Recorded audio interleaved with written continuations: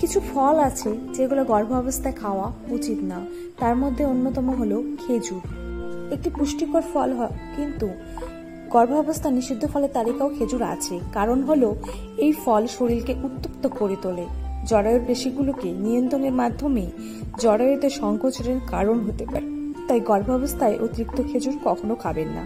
দ্বিতীয় হচ্ছে তরমুজ। শরীরে আর্দ্রতা ধরে রাখার পাশাপাশি দেহ থেকে সব ধরনের বিষাক্ত পদার্থ বের করে দিতে সক্ষম তরমুজ।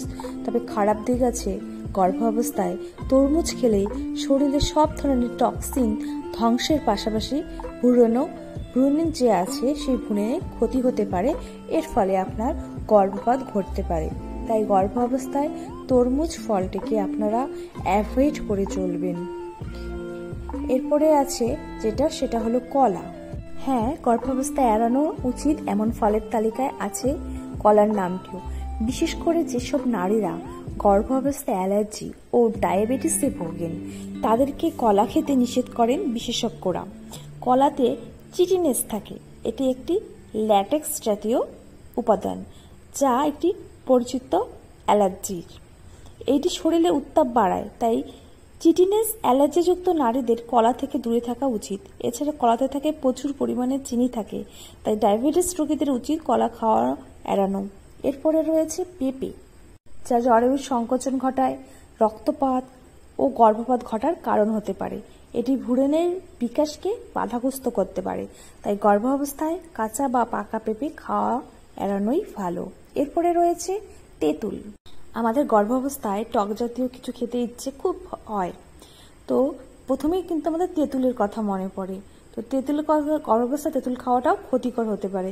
তেঁতুলে প্রচুর পরিমাণে ভিটামিন সি থাকে, যা গর্ভবতী নারীদের এড়ানো উচিত। কমে যায়, ফলে গর্ভপাত করতে পারে। এরপরে রয়েছে আঙ্গুর, সেটা কালো আর সবুজ দুটোই। এর রোল গর্ভবতী নারীর জন্য বিষাক্ত হতে পারে। গর্ভাবস্থায় কালো আঙ্গুরের চামড়া হজম করা কষ্টকর হতে পারে, কারণ এই সময় হজম অবস্থা আমাদের দুর্বল থাকে। তাই গর্ভাবস্থায় আঙ্গুর খাওয়া এড়ানোই উচিত, কারণ সবুজ ও কালো উভয় ধরনের আঙ্গুরই কিন্তু ক্ষতিকর হতে পারে, যদিও এই বিষয়ে মিশ্র মতামত আছে। এরপরে যেটি রয়েছে মোস্ট ইম্পর্টেন্ট ফ্রুটস, আনারস। এড়িয়ে চলুন, কারণ আনারস খাওয়ার ফলে জরায়ুতে তীব্র সংকোচন ঘটে, এর ফলস্বরূপ গর্ভপাত ঘটতে পারে, সংকোচন করে। কারণ আনারসে রয়েছে ব্রোমোলাইন থাকে, এটি একটি এনজাইম যা বোরিনকে ভেঙে দেয়, ফলে জরায়ু নরম হলে অকাল প্রসব ঘটতে পারে। এজন্য গর্ভাবস্থায় কখনো আনারস খাবেন না। তো এইসব ফলগুলো আপনারা অবশ্যই এড়িয়ে চলুন। আপনারা এইসব ফলগুলো দয়া করে এড়িয়ে চলার চেষ্টা করুন। তবু আপনাদের বলবো, আমার কথা নয়, আপনারা বিশেষজ্ঞর কাছে পরামর্শ নিন এবং তারপরে নিজেই ডিসিশন নিন। কারণ আমি চাই না একজন মা হয়ে কোনো অনাগত শিশু তার মায়ের কোল থেকে আসার আগেই চলে যাক। তো প্লিজ এই অবস্থায় নিজেদের অবশ্যই যত্ন নিন এবং যত পারেন নিজের যত্ন নিজে নেওয়ার চেষ্টা করবেন এবং অবশ্যই খেয়াল রাখুন নিজের প্রতি, এবং ডাক্তারের সাথে পরামর্শ করেই চলুন। আপনি কিভাবে চলবেন, কতটা খাবেন, ঘুমাবেন, সবকিছু ডাক্তারের সাথে পরামর্শ করে মেনে চলুন।